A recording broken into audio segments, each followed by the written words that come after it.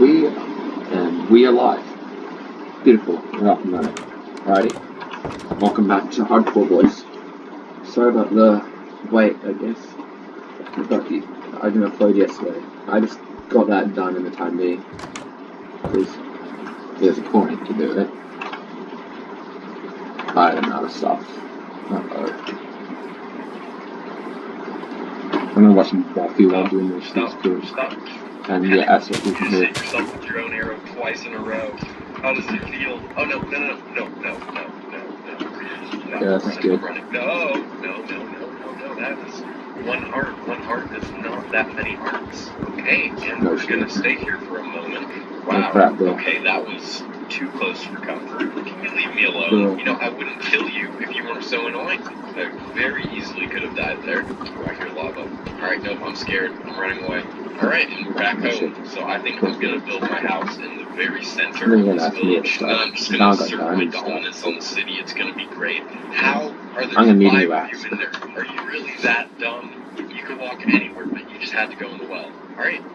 This is a necessary precaution. I literally have to wall you off from the outside world, because if I don't, you will die. The zombies will come up in here and kill you. It's really come to this. I can't even trust you to, like, stand still. I'm not gonna cover them up completely, though. I still want them to be scared. Hey, I didn't put them in there, okay? They wanted to be in there. That's why they went there. It's not my fault that the zombies will be constantly tormenting them since I didn't cover it up completely.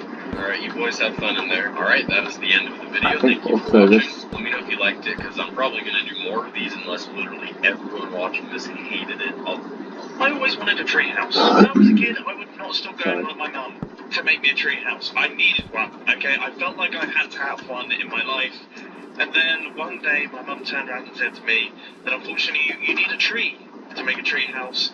And we didn't have a tree in our garden, so my dreams were totally crushed. And I'll be honest, it still hurts a little bit, but thankfully Minecraft is a game of infinite possibility, and in this universe, I can actually have the treehouse that I rightly deserve. In front of me, we have got a rather lovely little tree, and throughout today's video, I'm going to convert this into the treehouse of my dreams. Okay, so first things first, we actually need to get up into this thing, and I recommend just using slabs, kind of cycling around like this. Actually gives quite a cool look to the build, like those cycling up through there, and I think I'm going to build this in layers. For anyone who's seen the start of Hermitcraft Season 6, you'll recognise this sort of idea where we have these little layers or platforms throughout the tree that have different things on them, and I've got to say, I am liking the look of these lanterns dangling down from the fences. It looks super cool, so if you pop up here, you can see that this is the first little platform. It's tiny, this is the smallest one. Maybe this could have, I don't know, maybe my bed, a little crafting bench up here, just a few bits and pieces, the sorts of things we need in the base. I'm also trying to channel my inner good times with Scar by doing a little bit of tree forming, I guess, and that's what I'm going to be calling it. Just trying to make it look a tiny bit better-ish. I don't know if I'm making it better or I don't know what I'm doing right now. A whole lot of nothing good at the minute, I think. One thing that I wasn't really planning on doing, but I think has made a massive positive difference, is adding in all of the logs down at the bottom here. It just makes the trunk look a little bit more substantial and makes it look like it could actually hold up all of the things that we're building up here, because previously, with just the one log going down into the floor, I mean, it didn't look structurally sound, did it? It looked like a fly spark could have knocked it over and destroyed it, so I'd say this is an upgrade. Anyway, we are now up here doing our middle layer, and I would say this is a pretty good layer for a storage system. It's quite big, we've got a lot of space to play with, so you might as well start chucking some chests around. And after a decent amount of chest chucking, this is it. Here is our storage system, looking rather lovely, if I do say so myself. We've got a few storage barrels, we've got spaces to put our diamonds, we've got miscellaneous chests around the outside, and then this is the main storage system. It all looks rather lovely. This was an easy video, wasn't it? It would have been.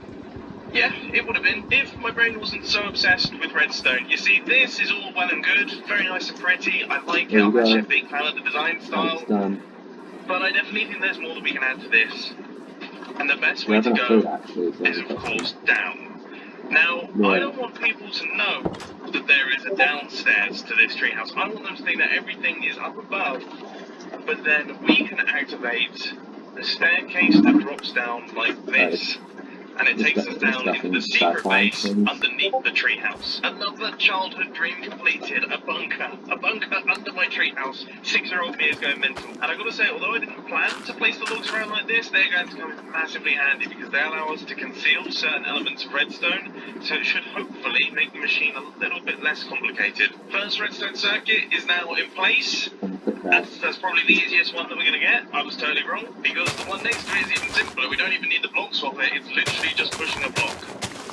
So that is the grass blocks in place, and then here are the beginnings of our staircase. Okay, I think this one is going to be tough. This is getting a little bit embarrassing now. Again, it really wasn't difficult. If we flick this lever here, you can see that the block that was there, so originally there was a knock block there, it actually just gets pushed across by that sticky piston and forms part of the tree trunk. And then when we flick the lever again, you can see it gets retracted, everything is covered up, and this looks totally natural. You would not think anything weird was going on, but if we flick the lever, everything kicks into action, and we can go down into our staircase, and that is it. That is all the redstone that we needed to make this work. I know it's going to be so much more complicated than that, but we managed to create a spiral staircase entrance hidden away underneath the tree with about 3 pieces of redstone dust and a repeater. I'll be honest, there is not a whole lot that I can do to make this pretty. I really don't know what to do. Other than maybe just to cover it up. I mean, if we place it, it's so difficult. A lot of head scratching later. This is what we've got. Obviously, it's nothing too crazy at the minute, but I think it could begin to look quite cool once we start getting things in place. Anyway, the first thing that I want to get in place is a cooler storage system. Obviously, we've got the storage system up in the treehouse, but it's a little bit advanced. We want something that's a bit more 21st century. The idea is you have multiple sets of shulker boxes. So you hit a button, a fresh set of shulker boxes is dispensed. You hit the button again, you get another set of shulker boxes, then you hit the button again, and you get another set of shulker boxes. So there should be 3 within the storage system's magazine, if that makes any sense. I'm from England, I don't really know gun terminology or anything. Regardless, let's give this thing a quick tester. So if I hit this button here, nice, okay, yellow, green, so the next one should be green, and then the next one should be yellow. That isn't a cause for concern. Is it a cause for concern? Should I be concerned? I feel like I should be concerned. I'm just not going to be concerned. Simple as that. I'm just going to patch this up. We're going to pretend that never happened, which I'm sure is totally not going to bite me in the backside. No, not at all. And full system test. Nice. This looks really cool. Maybe a slight redesign is needed then. There we go. Sure, it's a shame that we can't have one long line of these things, but I gotta admit, I actually think this looks a little bit cooler, and most importantly, it actually works. You know, that's an important detail. Next to it, I'm going to have little dropper systems that allow us to gather up items I often need. I'm thinking we have one for firework rockets, because obviously Elytra, firework rockets, you're always in need of those. And the other one is going to be for food, and they're going to dispense out in stacks of 16 or 32. 32. I think 32 is the better option. I mean, how annoying would it be if I only got 16 bits of food? I'd be back there every 5 seconds. At least half a stack is half decent. And I've got to say, if this works, this is ridiculously simple. Oh, it doesn't work, does it? Let's try that again then. Of course, I had the wrong type of button there. If we hit the button now... Oh, look at that! All we've got is literally sticky pistons with observers on the front of them. Look, underneath here, these are just...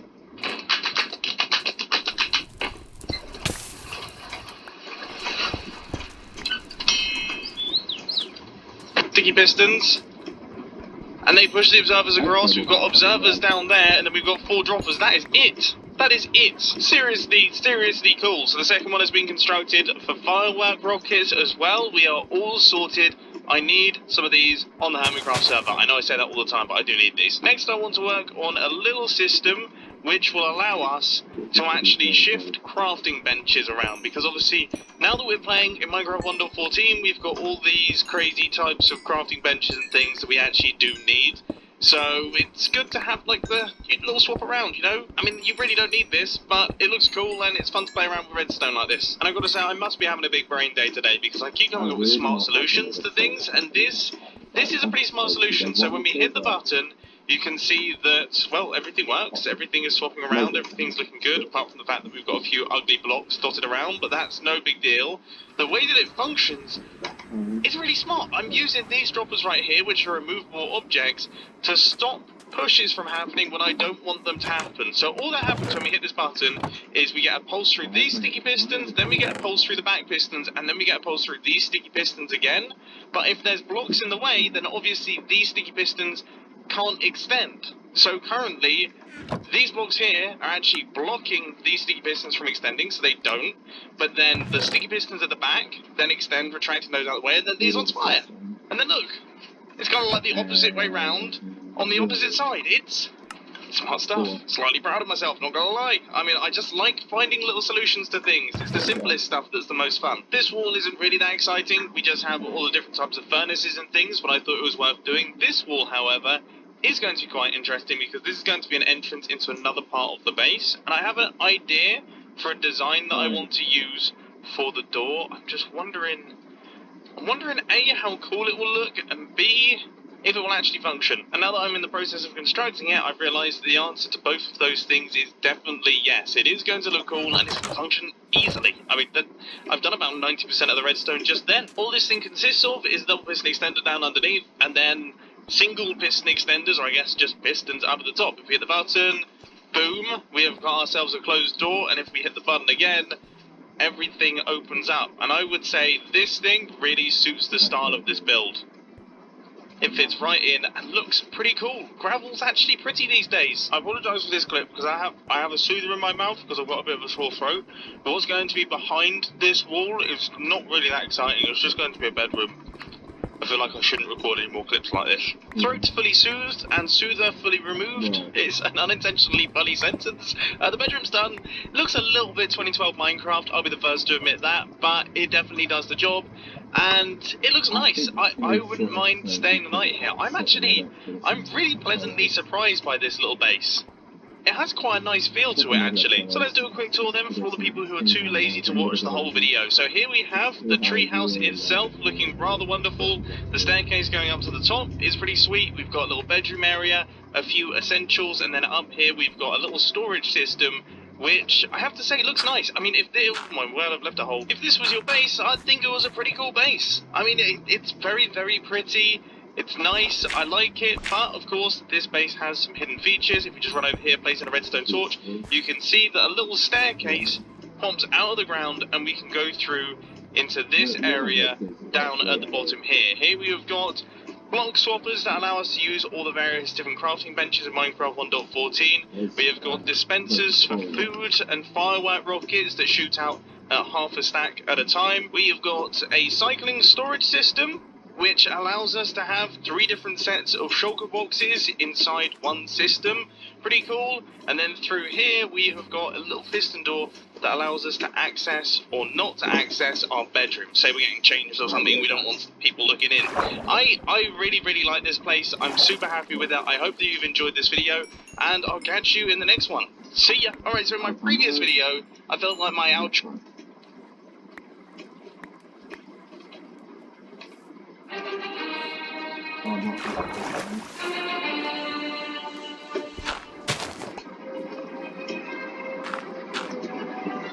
Today I'm going to show you how to build a wicked starter base in Minecraft 1.14. Now this is the area that we're going to be doing it in.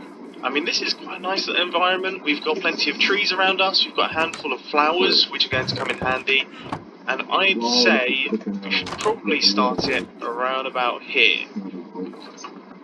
That's going to be my staircase, and I think we're going to create a garden out the front. Alright, so if we just make sure that nothing can actually get into this area. Now this may seem like a waste of wood in the early days of your Minecraft world, but it's definitely worth doing because it kind of gives you a border and a safe space to exit your house, because there's nothing worse than leaving your house and instantly walking into a zombie. Or, worse still, one of those guys. Now, if you really want to step up the security and also make the place a tiny bit prettier, I would suggest placing in some of these berry bushes, which will cause damage to any mobs that are standing just outside your fence. Anyway, we now have a kind of walkway coming into the place. This is just for decoration. Obviously, you don't have to do anything like this if you're really struggling for resources, but it definitely is a nice touch.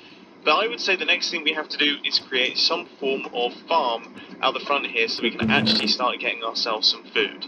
Now, potatoes is generally a good way to go because you can cook them relatively easily and you've got a really good food source there. I do not remember potatoes being this tall. Regardless of that, I have to say this area is looking really good already. I mean, we haven't even started on the inside and I'm already quite proud of this little place. Now, a few things I've added in is a little storage facility for any excess potatoes that you want to keep outside, and also a composter so that we can transform some of these potatoes into bone meal if we need it. Anyway, let's start punching through into this area right here and actually start work on the base itself. Now, the first thing that I would suggest you build in your brand new base is, of course, the storage system. The storage system is kind of like the heart of any base. It's going to be where you're spending most of your time. So it would be pretty smart to put it in a fairly accessible location, which is exactly why I put it right next to the door, so that you can just run into the base, pick up some items, and then run back out and continue what you were doing. Now, I would say we should use barrels for this. I think I'm going to have them facing upwards because I think it looks a little bit cooler. But the reason I'm using barrels isn't only because they're brand new and I quite like them, but also they're slightly cheaper than chests. Chests use 8 bits of wood, whereas barrels use 6 bits of wood and 2 slabs. So it's a tiny bit cheaper, but every little helps when you're in the early days of a Minecraft world. I think the style that I'm going for with this starter base is to make it kind of look like a cave, but slightly improved. So we've got a little bit of cobblestone here and there. Obviously all of this is super easy to get in the early days and it doesn't take much effort, but it really improves the place. If you see things like diorite, massive patches here, then just take them out and replace them with some cobblestone and it ends up looking 10 times better. Anyway, moving on from the decorative stuff, let's get on to some actually functional things. Getting yourself set up with a decent smelting system early on in the game is going to help you out massively, especially now that we have the new furnace types introduced in Minecraft 1.14, which is the smoker and the blast furnace. It would also be handy to have a pair of those because this means you get food twice as fast and this means that you smelt ores twice as fast. But as we all know, gathering up the things to actually power these furnaces is all more wood. It is a little bit of a different exercise, so it might be worth investing some time building up on that. Can actually be used to fuel the furnaces. It's not the best fuel source in the world. I mean, you use a lot of bamboo per item, but if you have a farm that automatically does it, then you get a decent amount. But once you build up the resources this much, and it takes you about 2 minutes to build, so what we need is a line of dirt, that's for our bamboo stakes, whatever, 5 pistons, you're going to need 5 bits of iron, and 5 bits of redstone, and roasted with the cobblestone, which is what I use together. The only thing that could be a bit of a challenge is the observer, because of course you're going to need to go to the Nether to gather up some Nether cores to get those, but realistically it's not too difficult. So then we just need 2 bits of redstone dust here, and 2 bits of redstone dust here. We actually need a repeater running out of this observer first, and that observer is then going to run it into a block, which is going to power some redstone dust right here. Then we're going to have blocks on either side with redstone dust on either side, just like that. That should power all our pistons when the bamboo grows in front of the observer. So now what we have to do is create the item collection system, which I've sort of already done. I've got copper running out into a barrel that's just underneath this stand right here. So then we just need to run water in from each side and then of course all of the bamboo to gather up on this hopper and then make its way into the barrel. Now I have actually done some extra decoration to this thing just to make it fit in a little bit more in our cave. And so I think that's pretty cool. I mean, this is a nice little place, and I'm hoping that we can continue to make it look nicer as we go on, because this next area is going to be pretty important. But I feel like this base kind of has a natural curve to it, so you kind of come in like this, and then it feels like you should be able to go around here. So I think we should take out all of these blocks, and we should kind of create a little, I guess, sweep around. I don't really know the technical terms for these sorts of things, but we're going to have a little area around the back here, which is going to reveal a few other redstone contraptions and also take us up to the next level. This is looking super cool already. I mean, I absolutely love the way this is coming together. I've added in another crafting bench over there, because you can't have too many crafting benches. And also, I have this barrel with this little bottle behind it. Now, the reason that I have this is because we still don't really have a proper food solution. I mean, obviously we've got a potato farm out here, that will do an okay job, but we need some way to fully automatically get food, and that tends to be a chicken farm. But with that being said, chicken farms are really loud and noisy, so I've come up with an idea to kind of put a chicken farm a little ways away, outside of the audible zone, and then have the chicken get funneled in via a water line. I think that would really help us out. Now, as we're just starting out, we don't have any access to silk top.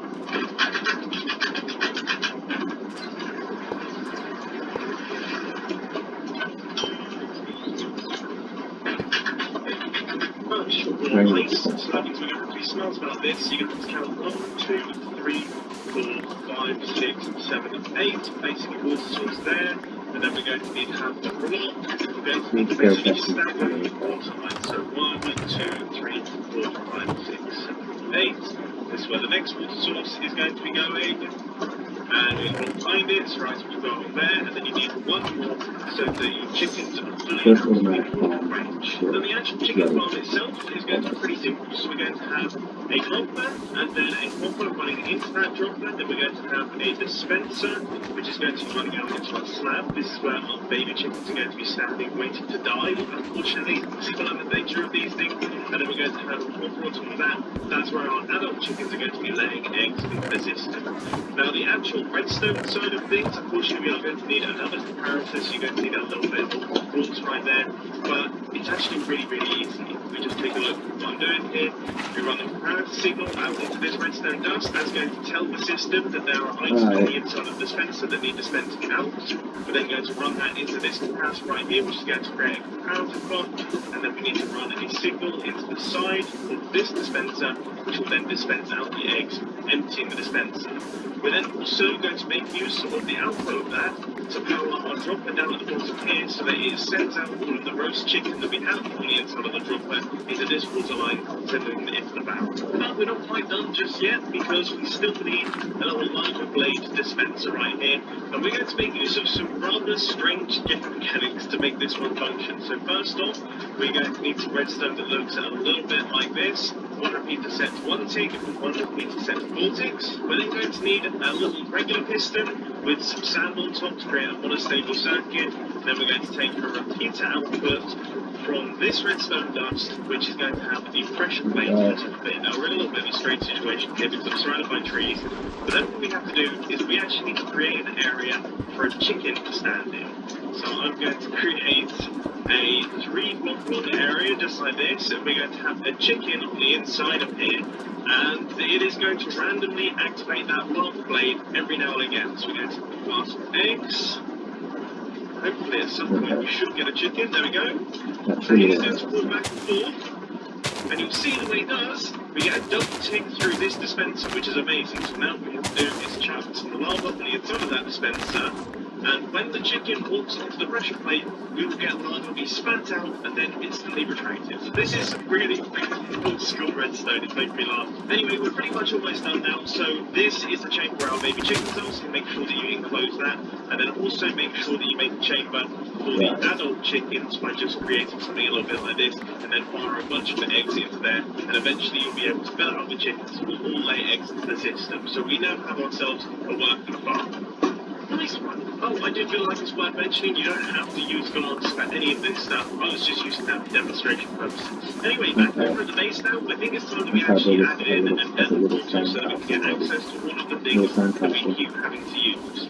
Now, I think we can all agree that nether portals don't exactly make the nicest noises in Minecraft, so it'd be very nice if we could switch this thing on or off. So the first thing that we're going to need to do is we're going to need to actually place in a dispenser with a blended steel on the inside, and then we're going to need to place a block with some redstone dust on top, and that is going to be our activator. So that is going to turn on our nether portal, but then how on earth do we switch it off?